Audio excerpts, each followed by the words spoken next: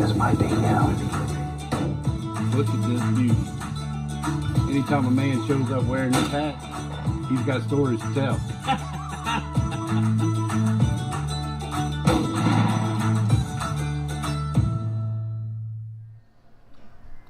Hello everybody, welcome back to Marshes to Meadows.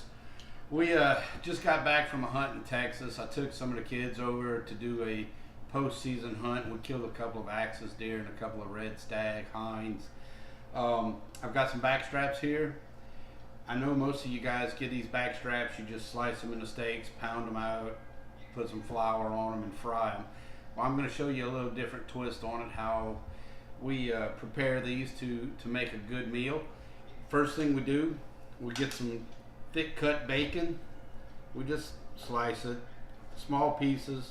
This is to give us the fat that we want in our gravy, but it's also going to be something that we're going to cook it down, we're going to take it out, and we're going to use the crispy bacon pieces to sprinkle over the meat that's going to have the gravy and the rice and whatnot with it. Alright, so we've got it all cut up. I don't know, it's about a pound of bacon. We're going to go ahead and put it over here in the pot. Now we start with a cold pot. The pot has no heat to it at all. We're going to put this bacon in there. We're going to put it on about a medium heat. We're going to let it cook down for a little bit. Let it render out the fat, get a little crispy, and then we'll take the bacon out and we'll start adding the other meat to it. Alright, so we got the bacon in the pot. We're going to put it just on a medium to medium low heat. And we're going to let this cook for a while. While that's cooking, I'm going to come over back to the bar, and we're going to cut some of these back straps into chunks that we're going to flour. So we'll just start grabbing these things and we start cutting them into chunks to flour up. That's going to help to make your gravy. It's going to help to thicken your gravy. Alright, so we're going to get them all cut up like that. We'll come back and we'll flour them up and show y'all what the next step is. Alright, so what you're going to need for this recipe, other than the bacon that you guys saw me put in the pot that is now rendering down, you've got your back straps cut into cubes. I've got a few pork steaks that I'm going to put into there also. These pork steaks are just to add a little bit of flavor and fat to it. The back strap of all the wild game, all of you know, I don't care if it's a pin raised fallow or axis or red stag, or if it's a whitetail that you shot out on your own farm. All of this meat is extremely lean, so we are going to add some fat with the bacon fat, but also with these pork steaks. You're going to need a couple of onions and a couple of bell peppers, and I'm going to use the zest from one orange and the juice from 2 oranges. You're going to need some flour to flour this and some salt and pepper. Very, very simple dish. We're not going to get too complicated. We're going to make a good gravy, and we'll get it thick. Add a little bit of roux to it. We'll make some roux on the side. We'll add whatever we need to thicken that gravy, and we'll serve it over rice. So let's go ahead and get this floured up.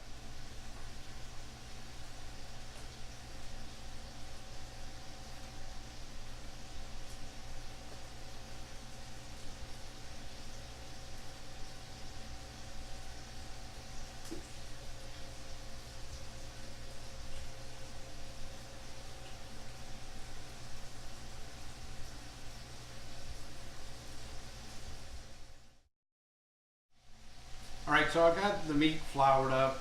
It's probably 95% of it is floured up. Some of it is not. I don't insist on all of it getting floured. Just want the flour that's on there to be in there to help thicken the gravy.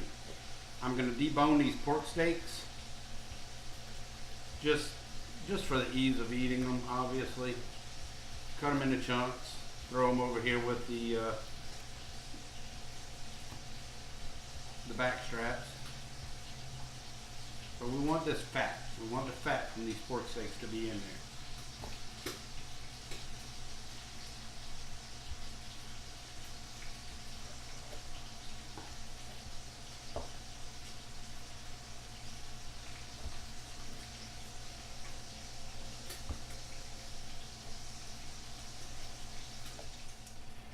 Alright, so we've got the bacon still cooking. All the meat is all prepared. It's been floured. The pork steaks have been cut up. So I'm going to start chopping up my vegetables. That way, as soon as I can get the bacon out of the pot and get this brown, we'll have the veggies ready to put in there to help deglaze the bottom of the pot. So we'll just chop these up just like everybody would. I think everybody kind of has an idea of that. Everybody's kind of got their own way.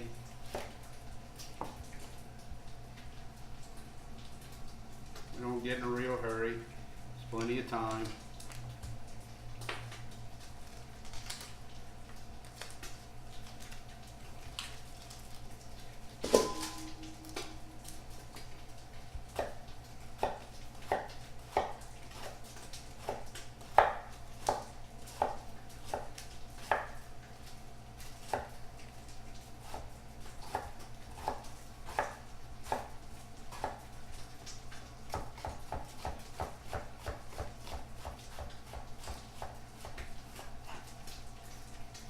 So we're just going to chop 2 onions and 2 bell peppers.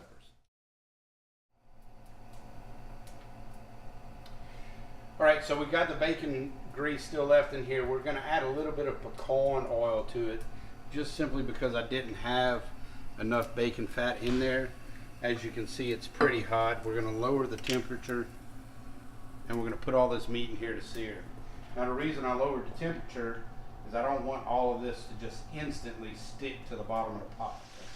All right, so now we're putting the rest of the meat, including the pork steaks, in the pot. I want to brown all of this down. It's going to all get good and brown. Then we're going to take it out.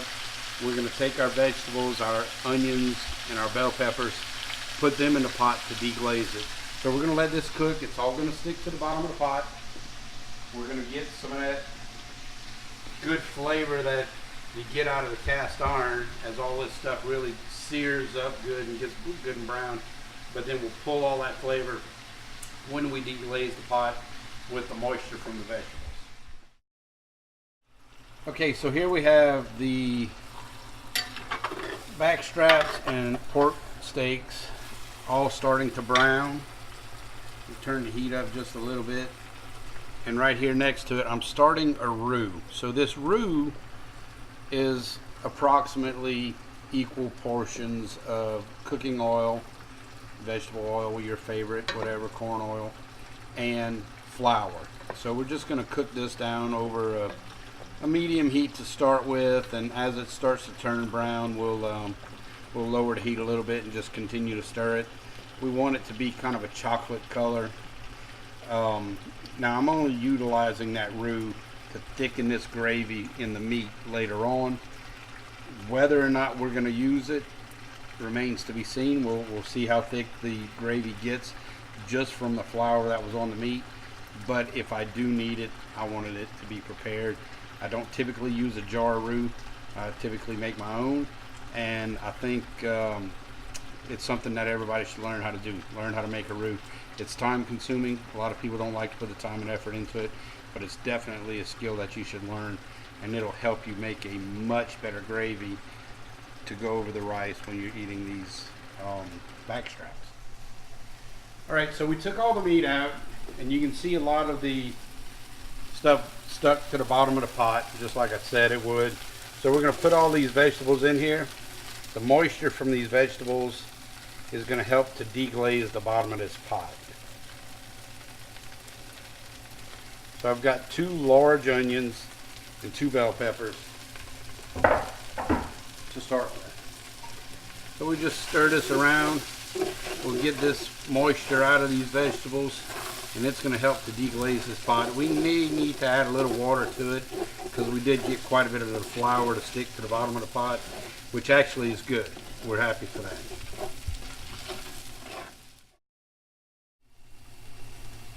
All right, so we got our onions cooked down about to where we want them to be.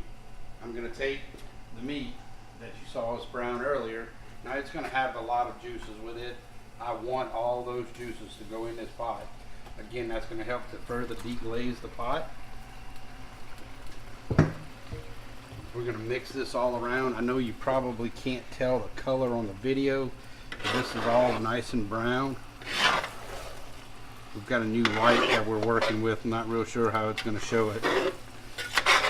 So we're going to cook all this down. We're going to add some water to it, cook it down for about I don't know, an hour and a half or so. The pieces were cut into pretty small pieces.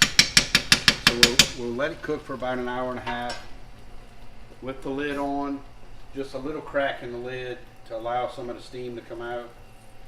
But we're going to fill it up to just above the top of the meat.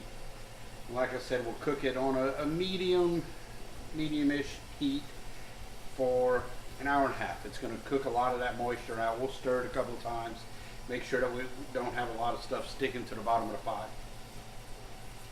At that point, at the hour and a half point, we'll throw some carrots in there, and then we'll see where we stand as far as seasoning.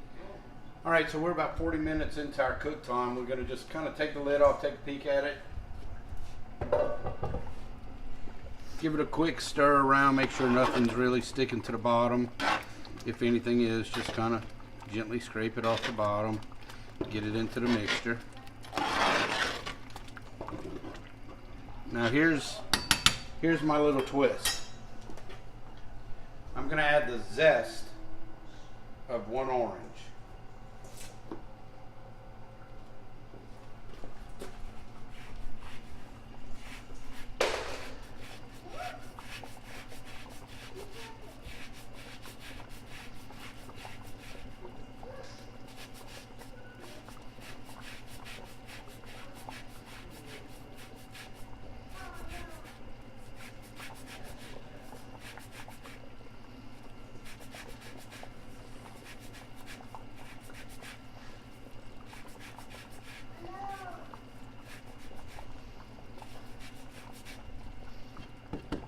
There's a zest of one orange, and we're going to add the juice of 2 oranges.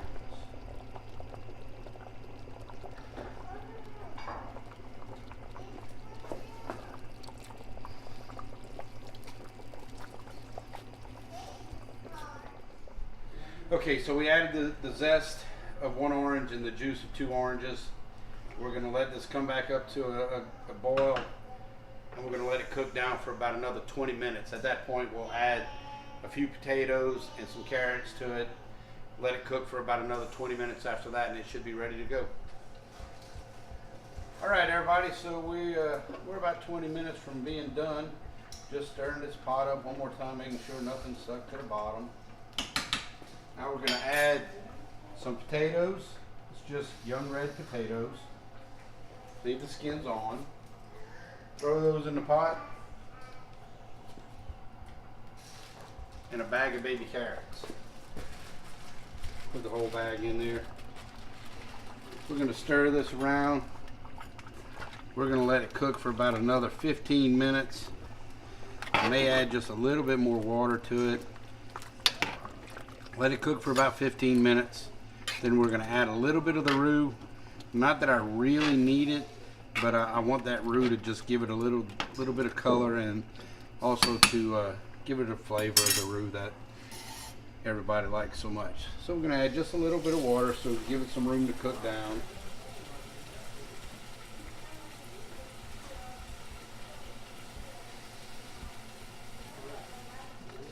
All right, everybody, it's been about 20 minutes now. So we can come in and check the potatoes, see if they're warm, or warm, of course they're warm. See if they're soft, which appears that they could use just a few more minutes of cooking. But what we're going to do now is we're going to add a little bit of our roux. It's going to darken this gravy up a little bit. It's going to give it that flavor that it needs. If you just watch as we add some of this roux.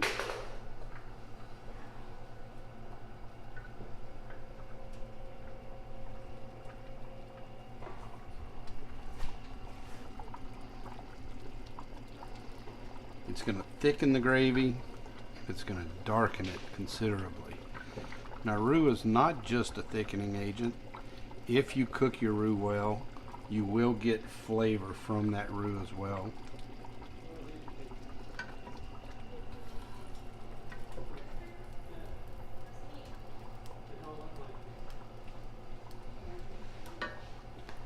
So if you come and look at the gravy, you can see it darkened up considerably. I don't know if you can see it with Like I said, the new light that we're using is pretty bright. It's blanching things out, but it does give us what we need, I think. I may add just a little bit more of the roux.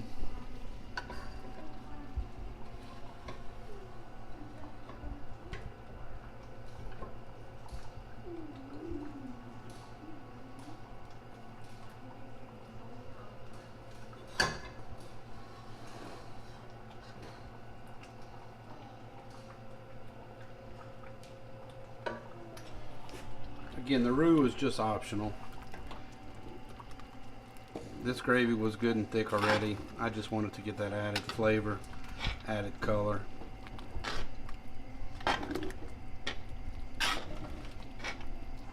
So we're going to let this cook for about 5 more minutes, I believe. And then it'll be time to eat. All right, everybody. So it's ready to eat. Still nice and hot, obviously. These cast iron pots stay hot for a long time. So we just get a spoonful of it, ladle full of it, put it over some rice, get a little bit of extra gravy to put over the rice. Now, remember these bacon bits from earlier? We just get a little handful of those, sprinkle them on top. And man, that's the way you eat backstrap. That's delicious.